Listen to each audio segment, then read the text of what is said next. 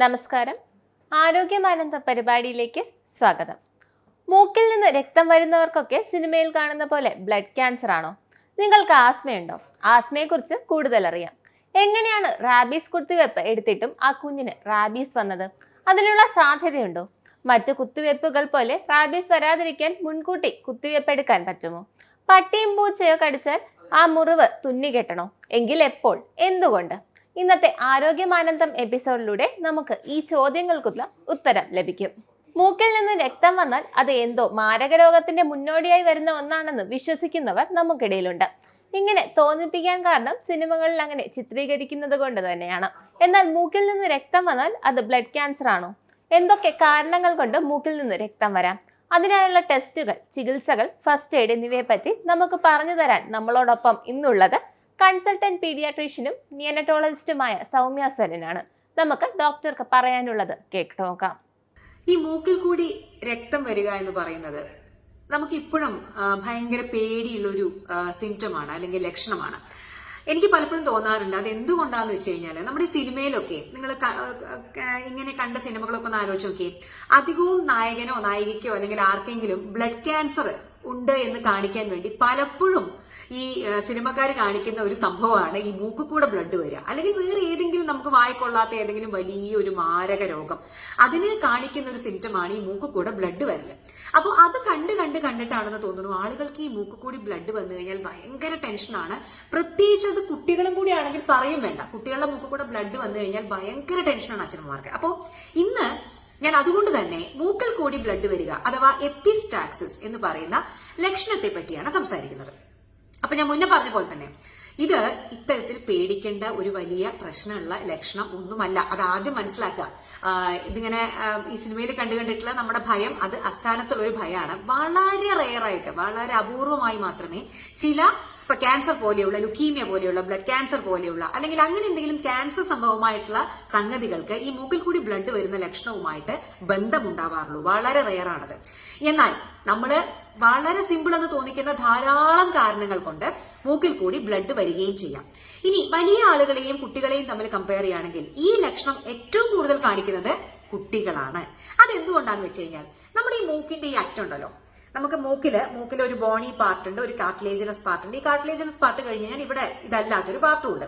അപ്പൊ മെയിൻ ആയിട്ട് നമ്മുടെ മൂക്ക് ബോണും, അതായത് എല്ല്, അസ്ഥിയും പിന്നെ അത് കാർട്ടിലേജും കൊണ്ടാണ് ഉണ്ടാക്കിയിരിക്കുന്നത്. അപ്പൊ നമ്മുടെ ഈ മൂക്കിന്റെ ഈ എല്ലിലേക്കും കാർട്ടിലേജിലേക്കും ഒക്കെ രക്തം കൊടുക്കുന്ന ധാരാളം രക്തക്കുഴലുകളുണ്ട്. അപ്പൊ ഈ രക്തക്കുഴലുകൾ എല്ലാം കൂടി ഒരുമിച്ച് കൂടിയിരിക്കുന്ന ഒരു സംഭവമാണ്, ഒരു ഏരിയയാണ് ഇവിടെ ഈ ഒരു മൂക്കിന്റെ ഈ ഭാഗമായിട്ടുള്ള ലിറ്റിൽസ് ഏരിയ എന്ന് പറയുന്നത്. സോ പലതരത്തിലുള്ള രക്തക്കുഴലുകൾ പല ഭാഗത്തുനിന്നും വന്ന് കൂടിച്ചേരുന്ന ഒരു സംഗമ സ്ഥാനമാണ് ഈ ലിറ്റിൽസ് ഏരിയ. അപ്പൊ അതുകൊണ്ട് തന്നെ ചെറിയ ഒരു ഇടിയോ കുത്തോ എന്തെങ്കിലുമൊക്കെ കിട്ടിക്കഴിഞ്ഞാൽ, അതായത് ഒരു കുഞ്ഞു ട്രോമ കിട്ടിയാൽ തന്നെ പെട്ടെന്ന് മൂക്ക് ബ്ലീഡ് ചെയ്യും. കാരണം ഇത്രയും ബ്ലഡ് വെസൽസ് ഇവിടെ ഇങ്ങനെ വന്ന് കൂടി നിൽക്കുന്നത് കൊണ്ട്.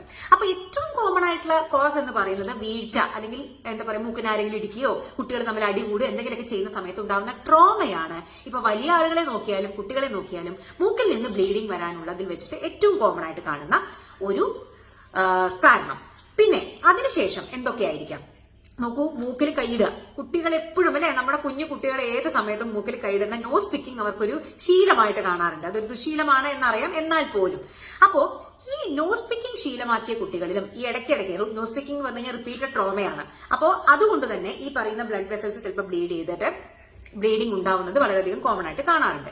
ഇനി റിക്കറന്റ് ആയിട്ട് വരുന്ന upper respiratory tract infections, allergy, ഇവിടെയൊക്കെ എന്താ സംഭവിക്കുന്നത്? ഈ ഭാഗത്ത് ഇൻഫ്ലമേഷനും ഇൻഫെക്ഷനും ഒക്കെ ഉണ്ടാവുന്നത് കൊണ്ട് തന്നെ ഈ രക്തക്കുഴലുകൾ ബ്ലീഡ് ചെയ്യാനുള്ള സാധ്യത വളരെ കൂടുതലാണ്. ഡ്രൈ എയർ, പ്രത്യേകിച്ചിട്ട് ഈ നല്ല തണുപ്പ്, അപ്പൊ ഡ്രൈ എയറിലൊക്കെ ഇവിടെ ഈ ഒരു ഇറിറ്റേഷൻ ഉണ്ടായിട്ട് ബ്ലീഡിംഗ് ഉണ്ടാവാറുണ്ട്. അപ്പൊ dry air, allergy, upper respiratory infections, trauma, ഇതൊക്കെ വളരെ കോമൺ ആയിട്ട് കാണുന്ന കോസസ് ആണ്. അപ്പോൾ കുട്ടികൾക്ക് ജലദോഷപ്പനിയും അപ്പർ റെസ്പിറേറ്ററി ട്രാക്ട് ഇൻഫെക്ഷൻസും എപ്പോഴാണ് ഇല്ലാതിരിക്കുന്നത് അല്ലെ? അപ്പൊ ആ പ്രായത്തിൽ പലപ്പോഴും അച്ഛനമ്മമാര് മൂക്കിൽ നിന്ന് ബ്ലഡ് വരുന്നു എന്ന് പറഞ്ഞ് ഭയങ്കരമായിട്ട് പേടിച്ചിട്ട് വരാറുണ്ട്. അപ്പോൾ 99.99% നമ്മൾ ടെസ്റ്റുകളും കാര്യങ്ങളൊക്കെ ചെയ്ത് നോക്കുമ്പോൾ അത് പലപ്പോഴും മൂക്കിൽ കൈയിട്ടിട്ടോ അല്ലെങ്കിൽ ഈ പറയുന്ന ഇൻഫെക്ഷൻ കാരണോ ജലദോഷം കാരണോ ഒക്കെ ഉണ്ടാവുന്ന ചെറിയ ചെറിയ കാരണങ്ങൾ കൊണ്ടുണ്ടാവുന്ന ബ്ലീഡിംഗ് ആണ്. ഇനി മൂക്കിന്റെ ഉള്ളിൽ ഉണ്ടാവുന്ന ചില പ്രശ്നങ്ങൾ, അതായത് പോളിപ്പ് അല്ലെങ്കിൽ ഡീവിയേറ്റഡ് നേസൽ സെപ്റ്റം, അതായത് നമ്മുടെ മൂക്കിന്റെ പാല അങ്ങോട്ടോ ഇങ്ങോട്ടോ മാറിയിരിക്കുക, വയ്ക്കുക, അങ്ങനെയുള്ള ചില സന്ദർഭങ്ങളിലും മൂക്കിൽ നിന്ന് ഇങ്ങനെ ബ്ലീഡിംഗ് ഉണ്ടാവുന്നതായിട്ട് കാണാറുണ്ട്. അപ്പൊ നമ്മൾ ENT ഡോക്ടറെ അടുത്ത് വിട്ടിട്ട് മൂക്കിന്റെ ഉള്ളിൽ അങ്ങനെ എന്തെങ്കിലും ബ്ലീഡിംഗ് പോയിന്റ്സ് ഉണ്ടോ എന്ന് നോക്കിയിട്ടാണ് നമ്മൾ ട്രീറ്റ്മെന്റ് ഒക്കെ ചെയ്യുക. ഹൈ ആൾട്ടിറ്റ്യൂഡ് നമുക്കറിയാലോ, നമ്മൾ പ്രത്യേകിച്ചിട്ട് ഇപ്പൊ ലഡാക്കിലേക്കൊക്കെ പോവുക, അങ്ങനത്തെ ഉള്ള പർവ്വത ആരോഹകർക്കൊക്കെ അതിന്റെ പ്രഷർ ഡിഫറൻസിന്റെ ഭാഗമായിട്ട് മൂക്കിൽ നിന്ന് ബ്ലഡ് വരാറുണ്ട്. പിന്നെ ഹൈ BP, അത് കുട്ടികൾക്കല്ല വലിയ ആളുകൾക്ക് BP കൂടിക്കഴിഞ്ഞാൽ ചില സന്ദർഭങ്ങളിൽ എപ്പിസ്റ്റാക്സിസ് അഥവാ മൂക്കിൽ നിന്ന് ബ്ലീഡിംഗ് ഉണ്ടാവാറുണ്ട്. ചില ബ്ലീഡിംഗ് ഡിസോർഡേഴ്സ്, ഇനി ഞാൻ പറയുന്നതെന്ന് പറഞ്ഞാൽ കുറച്ച് സീരിയസ് ആയിട്ടുള്ള കാര്യങ്ങളാണ്. ബ്ലീഡിംഗ് ഡിസോർഡേഴ്സ് വളരെ റെയർ ആണ്. ഇപ്പോ ഹിമോഫീലിയ പോലെ ചില ആളുകൾക്ക് ബ്ലഡ് കട്ടയാവാനുള്ള കഴിവ് ചില ജന്മനാ തന്നെ കുറവായിരിക്കും. അങ്ങനെയുള്ള ബ്ലീഡിംഗ് ഡിസോർഡേഴ്സ് ഉള്ള പല ആളുകളുണ്ട്. ചിലപ്പോൾ അങ്ങനെയുള്ള ആളുകൾക്ക് മൂക്കിൽ നിന്ന് ബ്ലീഡിംഗ് നിൽക്കാതെ വരാനുള്ള സാധ്യത ഉണ്ട്. പിന്നെ ലുക്കീമിയ, ബ്ലഡ് ക്യാൻസർ. പക്ഷേ ഈ ബ്ലീഡിംഗ് ഡിസോർഡേഴ്സും ലുക്കീമിയ ഒക്കെ തുലവും തുച്ഛമായിട്ട് മാത്രമാണ് ഇങ്ങനെ ഒരു എപ്പിസ്റ്റാക്സിസ് ഒക്കെ ആയിട്ട് കാണാറുള്ളത്. അപ്പോൾ നമ്മൾ ഈ സിനിമയിൽ കാണിക്കുന്ന പോലെ ഇങ്ങനെയുള്ള ആളുകൾക്ക് ആദ്യം വരുന്നത് മൂക്കിൽ നിന്നുള്ള ബ്ലീഡിംഗ് ഒന്നും അല്ല കേട്ടോ. അപ്പൊ അത് പേടിക്കേണ്ട കാര്യം ഇല്ല. ഇനി ഇങ്ങനത്തെയുള്ള, അതായത് ഇപ്പൊ മൂക്കിൽ നിന്ന് ബ്ലീഡിംഗ് വന്നു, ഇത് ഏത് സമയത്താണ് നമ്മൾ എപ്പോഴും പറയും റെഡ് ഫ്ലാഗ്സ്, അതായത് എപ്പോഴാണ് ഇത് ഡേഞ്ചർ ആണ് എന്ന് നമുക്ക് മനസ്സിലാവേണ്ടത്.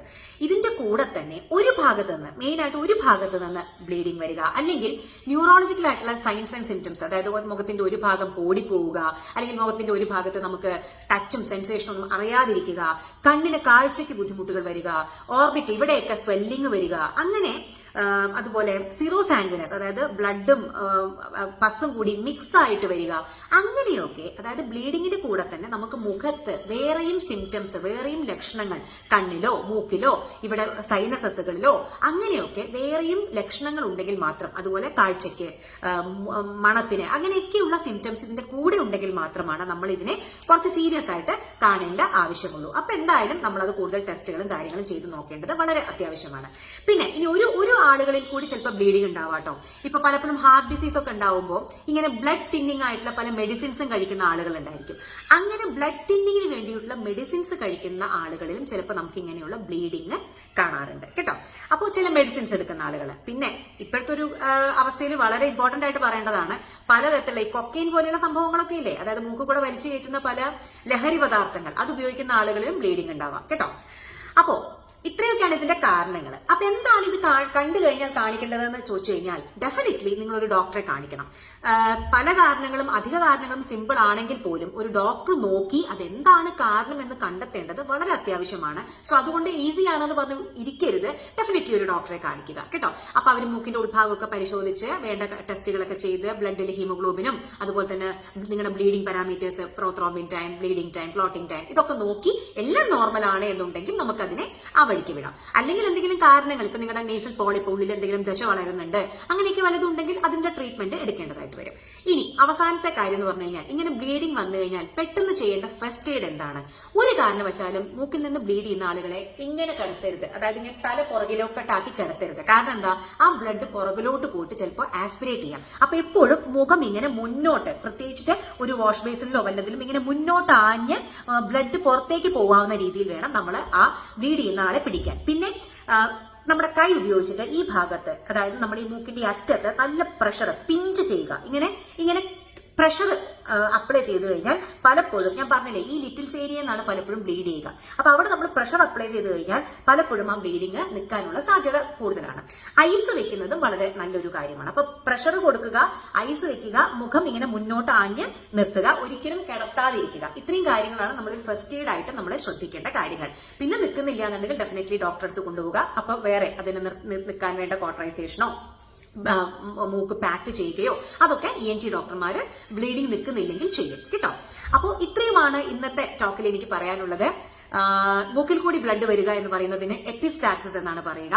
അപ്പോൾ അധിക ശതമാനം കാരണങ്ങളും പേടിക്കേണ്ട കാരണങ്ങളൊന്നും അല്ല, പക്ഷെ വളരെ ചെറിയൊരു ശതമാനം പേടിക്കേണ്ട കാരണങ്ങളുണ്ട്. അപ്പോൾ വെച്ചിരിക്കരുത്, എന്തായാലും ഡോക്ടറെ കൊണ്ടുപോയി കാണിക്കണം. കാരണം എന്താണെന്ന് ടെസ്റ്റുകൾ ചെയ്ത് മനസ്സിലാക്കണം, അതിന് വേണ്ട ട്രീറ്റ്മെന്റ് എടുക്കണം കേട്ടോ. അപ്പൊ കാര്യങ്ങൾ വ്യക്തമായി വിശ്വസിക്കുന്നു. അപ്പൊ അടുത്ത ടോക്കുമായിട്ട് കാണുന്നവരെ ബൈ. മെയ് 6 ലോക ആസ്മാ ദിനമായി ആചരിക്കുന്നു.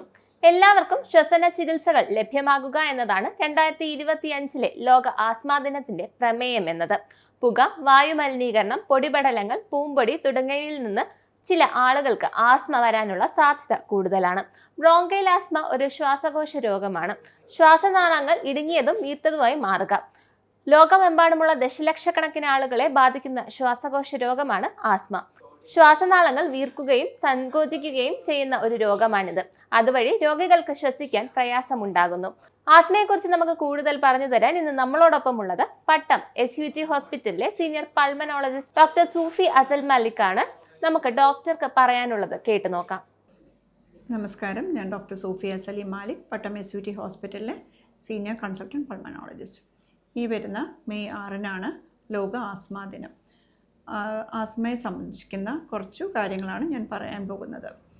ആസ്മ ഡേയുടെ പ്രസക്തി എന്തെന്ന് വെച്ചാൽ, ഈ ലോകമെമ്പാടും നമ്മൾ നോക്കിയാൽ ഉള്ള ശ്വാസകോശ രോഗങ്ങൾ ഏറ്റവും മുൻപന്തിയിൽ നിൽക്കുന്ന ഒരു പ്രശ്നമാണ് ആസ്മ.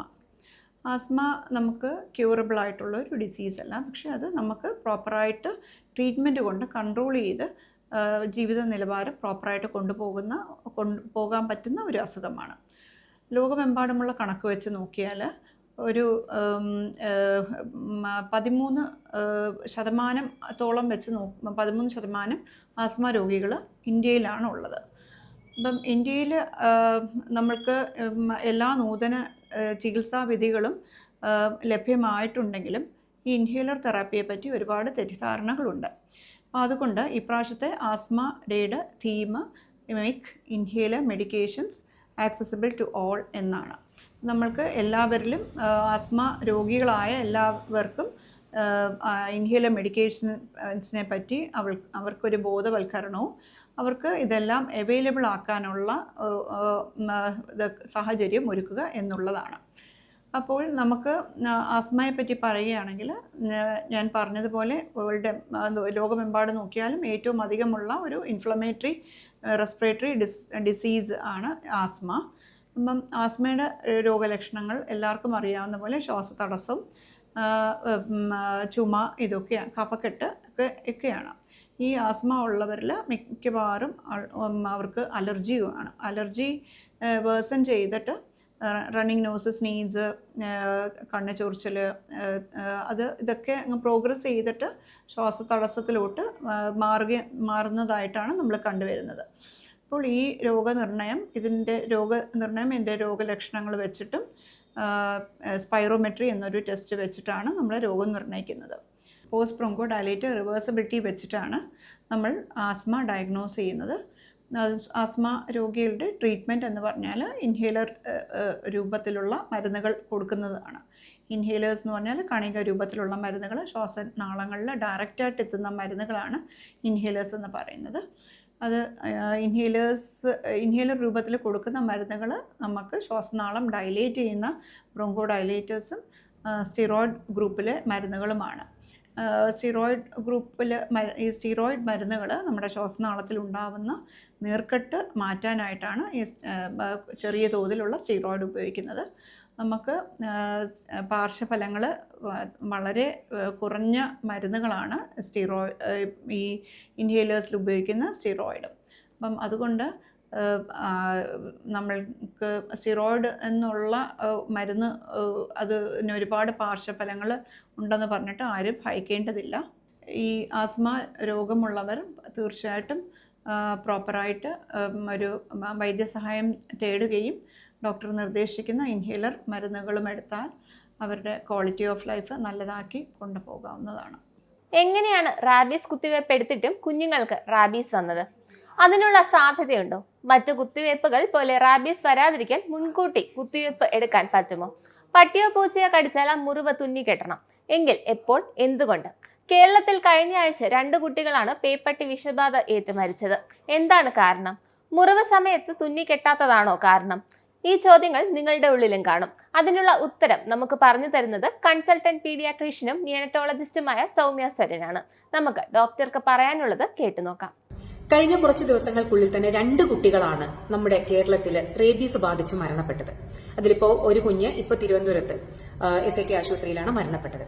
അപ്പോ ഞാൻ എന്തുകൊണ്ടാണ് ഇന്നിപ്പോ ഈ ഒരു ടോക്ക് ചെയ്യുന്നത് എന്ന് വെച്ച് കഴിഞ്ഞാൽ, ഇന്നലെ മുതൽക്ക് തന്നെ പല തെറ്റിദ്ധാരണാജനകമായിട്ടുള്ള വാർത്തകളും പല ചാനലുകളും ഇങ്ങനെ ബ്രേക്കിംഗ് ആയിട്ട് കൊടുക്കുന്നതായിട്ട് ഞാൻ കണ്ടു. നമുക്കറിയാം, ഈ 2 മരണങ്ങളും വളരെയധികം വേദനാജനകമാണ്. പ്രത്യേകിച്ചിട്ട് ആ കുട്ടികളുടെ അച്ഛനമ്മമാർക്ക് അത് താങ്ങാൻ പറ്റുന്നതിനേക്കാൾ വലിയൊരു ആഘാതമാണ്. കാരണം കുട്ടിയെ പട്ടി കടിച്ച് അവർ വേണ്ട ചികിത്സ, വാക്സിനും കാര്യങ്ങളൊക്കെ വേണ്ട സമയത്ത് എടുത്തതാണ്. പക്ഷെ എന്നിട്ടും ആ കുഞ്ഞുങ്ങൾ മരണപ്പെട്ടു എന്ന് പറയുന്നത് ഒരു അച്ഛനമ്മമാർ എന്നുള്ള രീതിയിൽ അവർക്ക് ഉൾക്കൊള്ളാൻ വളരെയധികം ബുദ്ധിമുട്ടായിരിക്കും. അപ്പോൾ ആ ഒരു കുടുംബങ്ങളുടെ വേദന നമ്മൾ മനസ്സിലാക്കുന്നുണ്ട്. അപ്പൊ അതുകൊണ്ട് തന്നെ ആ കുടുംബങ്ങൾ കുറച്ച് ആരോപണങ്ങളുമായിട്ട് മുന്നോട്ട് വന്നിരുന്നു. പക്ഷേ അത് നമുക്ക് മനസ്സിലാക്കാവുന്നതേ ഉള്ളൂ. ആ കുടുംബത്തിന്റെ മാനസികാവസ്ഥ നമ്മൾ പൂർണ്ണമായിട്ട് ഉൾക്കൊള്ളുന്നത് തന്നെയാണ്. പക്ഷേ അതിലെ ചില പ്രശ്നങ്ങൾ എന്ന് പറഞ്ഞു കഴിഞ്ഞാൽ ചാനലുകൾ ഇത്തരത്തിലുള്ള വാർത്തകൾ, അവർ പറയുന്ന ആരോപണങ്ങൾ, അതിന്റെ എന്താണ് അതിന്റെ ശാസ്ത്രീയപരമായിട്ടുള്ള സത്യമെന്ന് അറിയാതെ അത് ബ്രേക്കിംഗ് കൊടുക്കുമ്പോൾ അത് വേറെ പല ആളുകൾക്കും തെറ്റിദ്ധാരണ ഉണ്ടാക്കാനുള്ള സാധ്യത വളരെ കൂടുതലാണ്. അപ്പൊ അതുകൊണ്ടാണ് ഞാൻ പിന്നെ ഒരു ലൈവ് ഇടാൻ അല്ലെങ്കിൽ ഈ ഒരു ടോക്ക് ഇടാൻ വിചാരിച്ചത്. കാരണം അതിൽ പറഞ്ഞ പ്രധാനപ്പെട്ട ഒരു കാര്യം, ഈ രണ്ടാമത്തെ കുട്ടി, നമ്മൾ ആദ്യത്തെ ഒരു ടോക്കിൽ ഞാൻ വളരെ വ്യക്തമായി പറഞ്ഞിരുന്നു എന്തൊക്കെ കാരണങ്ങൾ കൊണ്ട് വാക്സിൻ എടുത്താലും പേപ്പട്ടി വിഷബാധ ഉണ്ടാവാം. അതിൽ പറഞ്ഞ കാര്യം സൈറ്റ് ഓഫ് വൂണ്ടാണ്, അതായത് എവിടെയാണ് കടി കിട്ടിയത്. ആദ്യം മരണപ്പെട്ട കുട്ടിയുടെ തലയ്ക്കാണ് കടി കിട്ടിയിരുന്നത്, വളരെ ആഴത്തിലുള്ള മുറിവായിരുന്നു. ഇപ്പോൾ ഈ രണ്ടാമത് മരണപ്പെട്ട കുട്ടിയുടെ കൈ തണ്ടയിലാണ് കടി കിട്ടിയിട്ടുണ്ടായിരുന്നത്, അതും വളരെ ആഴത്തിലുള്ള മുറിവാണ്.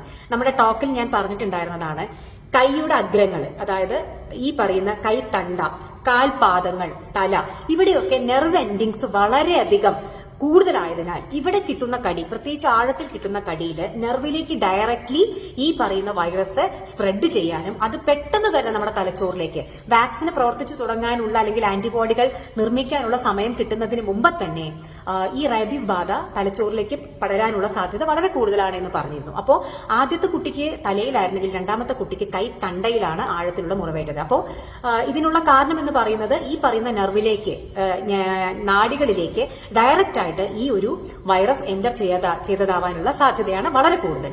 അപ്പോ ഇതിൽ തെറ്റിദ്ധാരണാജനകമായിട്ട് എന്താണ് വന്നതെന്ന് വെച്ച് കഴിഞ്ഞാൽ, ഒന്ന്, ഈ കുഞ്ഞ് വളരെ ലാസറേറ്റഡ് ആയിട്ടുള്ള വൂണ്ടായിരുന്നു. ഇത് 2 ദിവസം കഴിഞ്ഞിട്ടാണ് തുന്നിയത് എന്ന് അച്ഛന്മാർ പറയുന്നുണ്ട്. അവർക്ക് അതിന്റെ കാര്യങ്ങൾ കൂടുതൽ അറിയാത്തത് കൊണ്ടാണ്, അവരുടെ അജ്ഞത കൊണ്ടായിരിക്കാം. പക്ഷേ ഇത് റിപ്പോർട്ട് ചെയ്യുന്ന റിപ്പോർട്ടർമാർ ഇതിന്റെ ഒരു ശാസ്ത്രീയപരമായിട്ടുള്ള കാര്യങ്ങൾ അന്വേഷിക്കണം. കാരണം ഇത്തരത്തിൽ റേബീസിൽ എത്ര തന്നെ വലിയ ലാസറേറ്റഡ് വൂണ്ട് ആണെങ്കിലും ഇമ്മീഡിയറ്റ് ആയിട്ട് അത് നമ്മൾ തുന്നാൻ പാടില്ല എന്നുള്ളതാണ് പ്രോട്ടോകോൾ. കാരണം നമ്മൾ അത് ഇമ്മീഡിയറ്റ് ആയിട്ട് സ്യൂച്ചർ ചെയ്ത് കഴിഞ്ഞാൽ, ഈ സ്യൂച്ചർ ചെയ്യുമ്പോൾ നിങ്ങൾക്കറിയാലോ, ഒരു തുന്നലിടുന്ന സമയത്ത് നമ്മൾ ചെറിയ സൂചി കൊണ്ട് രണ്ട് സ്കിന്നിനെ ഇങ്ങനെ അപ്രോക്സിമേറ്റ് ചെയ്തിട്ട് തുന്നലിടുമ്പോൾ ഈ 2 സ്കിന്നിലും നമ്മൾ ഈ സൂചി കൊണ്ട് ചെറിയ വൂണ്ടുകൾ ഉണ്ടാവും. അതായത് നമ്മൾ സൂചി സ്കിന്നിലേക്ക് ആഴ്ന്നിറങ്ങുന്ന സമയത്ത് ഉണ്ടാവുന്ന ചെറിയ വൂണ്ടുകൾ. അപ്പോൾ ഒരു തുന്നലിടുമ്പോൾ 8-9 സ്റ്റിച്ച് ഇടുന്ന സമയത്ത് 2 സൈഡുമായിട്ട് അതിന്റെ ഇരട്ടി നമ്മൾ കുഞ്ഞി വൂണ്ടുകൾ ഉണ്ടാക്കുന്നുണ്ട്. അപ്പോൾ ആ വൂണ്ടുകൾ, ഇങ്ങനെയുള്ള റേബീസ് ബാധയിൽ ഈ ഭാഗത്ത് ധാരാളം വൈറസുകൾ ഉള്ളതുകൊണ്ട് തന്നെ നമ്മൾ ഉണ്ടാക്കുന്ന പുതിയ ഓരോ വൂണ്ടിലേക്കൂടെയും ഈ വൈറസ് ഉള്ളിലേക്ക് കടക്കാനുള്ള സാധ്യത ഇരട്ടിയാവുകയാണ്. അപ്പോൾ ഒരിക്കലും റേബീസിൽ നമ്മൾ ഇത്തരത്തിലുള്ള വൂണ്ട് ഇമ്മീഡിയറ്റ് സൂച്ചറിങ് ചെയ്യില്ല. അതിന്റെ കാരണം മനസ്സിലായല്ലോ. നമ്മൾ ഉണ്ടാക്കുന്ന പുതിയ കുഞ്ഞി വൂണ്ടുകളിൽ കൂടെ വൈറസ് കൂടുതലായിട്ട് ഉള്ളിലേക്ക് കടന്നു കയറും. അപ്പൊ അതുകൊണ്ട് തന്നെ 2 ദിവസത്തിന് ശേഷം മാത്രമേ അത് വൂണ്ട് ക്ലോസ് ചെയ്യാൻ പാടൂ. അതാണ് അതിന്റെ പ്രോട്ടോകോൾ. അപ്പോൾ അതൊരു തെറ്റല്ല. പക്ഷേ സാധാരണ ജനങ്ങൾക്ക് പലപ്പോഴും തോന്നാം അത് അവരുടെ കുറ്റം കൊണ്ടല്ല, അവർക്ക് തോന്നിപ്പോവാം എന്തുകൊണ്ടാണ് ആ വൂണ്ട് അവർ ക്ലോസ് ചെയ്യാഞ്ഞത്, ചിലപ്പോൾ അതുകൊണ്ടായിരിക്കുമോ മരണം സംഭവിച്ചതെന്നൊക്കെ സാധാരണ അവരുടെ അച്ഛനമ്മമാർക്ക് തോന്നുന്നതിൽ ഒരു തെറ്റുമില്ല. പക്ഷേ അത് നമ്മൾ ഒരു കുറ്റമായിട്ട് ബ്രേക്കിംഗ് ന്യൂസ് ആയിട്ടൊക്കെ കൊടുക്കുമ്പോൾ കുറച്ചുകൂടി അതിനെപ്പറ്റി അന്വേഷിച്ചിട്ട്, അറിവുള്ള ഡോക്ടർമാരെ പറ്റി, പ്രോട്ടോകോളിനെ പറ്റിയിട്ടൊക്കെ അന്വേഷിച്ചിട്ട് വേണം കൊടുക്കാൻ. ഓക്കെ. പിന്നെ രണ്ടാമത്തെ ഒരു കാര്യം, പലരും പറഞ്ഞു, നമുക്കറിയാം ഒരു കുഞ്ഞിന് അല്ലെങ്കിൽ ആർക്കും ആവട്ടെ ഒരു പേപ്പട്ടിയുടെ അല്ലെങ്കിൽ ഒരു പട്ടിയുടെയോ പൂച്ചയുടെയോ ഒക്കെ കടിയോ മാന്തലോ കിട്ടിക്കഴിഞ്ഞാൽ ഏറ്റവും വേഗം തന്നെ വാക്സിൻ കൊടുക്കണം. പക്ഷെ അതിന്റെ അർത്ഥം നമ്മൾ കടി കിട്ടിയ ഉടൻ തന്നെ ആശുപത്രിയിലേക്ക് ഓടണമെന്നല്ല. പിന്നെയും ഞാൻ പറയുന്നത് ഫസ്റ്റ് എയ്ഡിന്റെ ആ വൂണ്ട് 20 മിനിറ്റോളം റണ്ണിംഗ് വാട്ടറിൽ സോപ്പും വെള്ളവും ഉപയോഗിച്ച് 20 മിനിറ്റോളം കഴുകേണ്ടത് വളരെ ഇമ്പോർട്ടന്റ് ആണ്. ആ 20 മിനിറ്റ് നിങ്ങൾക്ക് നഷ്ടപ്പെട്ടു എന്ന് വിചാരിക്കരുത്. ആ 20 മിനിറ്റിന് വാക്സിനേക്കാൾ വിലയുണ്ട്. അപ്പോൾ കടി കിട്ടിക്കഴിഞ്ഞാൽ, കടിയോ മാന്തലോ എന്തോ ആവട്ടെ, അത് റണ്ണിംഗ് വാട്ടറിൽ 20 മിനിറ്റോളം സോപ്പും വെള്ളവും ഉപയോഗിച്ച് കഴുകണം. അതിനുശേഷം മാത്രം നിങ്ങൾ വാക്സിൻ എടുക്കാനായിട്ട് ആശുപത്രിയിലേക്ക് കൊണ്ടുപോകണം. അപ്പൊ ഈ 2 കാര്യങ്ങളാണ് ഇന്ന് എനിക്ക് നിങ്ങളോട് പറയാനുള്ളത്. ഒരിക്കലും ഈ കുഞ്ഞുങ്ങളുടെ കാര്യത്തിൽ ചികിത്സാ പിഴവ് സംഭവിച്ചിട്ടില്ല എന്ന് തന്നെയാണ് വിശ്വസിക്കുന്നത്. കാരണം വേണ്ട എല്ലാ കാര്യങ്ങളും ഇമ്മ്യൂണോഗ്ലോബലിനും വാക്സിനും എല്ലാം എടുത്തിരുന്നു. പക്ഷേ ഈ 2 കേസുകളും വളരെ അൺഫോർച്ചുനേറ്റ് ആണ്. കാരണം ആ കുട്ടികൾക്ക് കടി കിട്ടിയ സ്ഥലവും കടി കടി കിട്ടിയ രീതിയും, വളരെയധികം ആഴത്തിലുള്ള കടി കിട്ടിയത് ആവട്ടെ കൈകളുടെ അറ്റത്തും അതുപോലെ തലയിലും. അത് എന്ത് പറയാ, അൺഫോർച്ചുനേറ്റ് അല്ലെങ്കിൽ കഷ്ടം എന്നേ നമുക്ക് പറയാൻ പറ്റും. നമുക്ക് ഓരോ ജീവനും നമുക്ക് അത്രയും വിലപ്പെട്ടത് തന്നെയാണ്, പ്രത്യേകിച്ച് കുട്ടികളാവുമ്പോൾ. അപ്പോൾ ഇനിയെങ്കിലും നമുക്ക് അത് അതായത് ഉണ്ടാവാതിരിക്കാനുള്ള കാര്യങ്ങൾ, ഇപ്പൊ ഈ നായകളെ നമ്മൾ മദ്യം കരിക്കല് കാര്യങ്ങൾ, അങ്ങനത്തെ കാര്യങ്ങൾ നമ്മൾ കൂടുതൽ ശ്രദ്ധിക്കണം. എനിക്ക് തോന്നുന്നു ഗവൺമെന്റ്, ഞാൻ ഇതിനു മുമ്പുള്ള ടോക്കിൽ പറഞ്ഞിട്ടുണ്ടായിരുന്നു, ഇങ്ങനെയുള്ള സാധ്യതകൾ കൂടുതലുള്ള സ്ഥലത്ത് ഈവൻ കുട്ടികൾക്ക് ആ ഒരു പ്രീ എക്സ്പോഷർ പ്രൊഫലാക്സിസ്, അതായത് കടി കിട്ടുന്നതിന് മുമ്പ് തന്നെ ഉള്ള ഒരു 0-7 2 ഡോസ് കൊടുക്കുന്ന ഒരു പ്രൊഫലാക്സിസ് ഉണ്ട്. അത് അറ്റ്ലീസ്റ്റ് ഇങ്ങനെയുള്ള നായയും ഇതൊക്കെ ഇങ്ങനെ അലഞ്ഞു തിരിഞ്ഞ് നടക്കുന്ന കൂടുതൽ റിസ്കി ആയിട്ടുള്ള സ്ഥലങ്ങളിലെ കുട്ടികൾക്കെങ്കിലും കൊടുക്കാൻ ഗവൺമെന്റ് ഒന്നുകൂടി ഒന്ന് ചിന്തിച്ചാൽ നന്നായിരിക്കും എന്നുള്ളത് ആസ് എ ഡോക്ടർ എനിക്ക് തോന്നുന്നുണ്ട്. പക്ഷെ ഇതൊക്കെ വലിയ തീരുമാനങ്ങളാണ്. അപ്പോൾ എന്താണ് നമ്മുടെ ഗവൺമെന്റിന് മുന്നോട്ട് ചെയ്യാൻ പോകുന്നത് നമുക്ക് നോക്കാം. ഓക്കെ, ആരോഗ്യമാനന്ദത്തിന്റെ ഇന്നത്തെ എപ്പിസോഡ് ഇവിടെ അവസാനിക്കുന്നു. വിവിധ രോഗാവസ്ഥകളെക്കുറിച്ച് നിങ്ങളെ ബോധവാന്മാരാക്കുകയാണ് ഈ പരിപാടി. കാത്തിരിക്കാം മറ്റൊരു എപ്പിസോഡിനായി അടുത്ത ആഴ്ച ഇതേ സമയം. നന്ദി, നമസ്കാരം.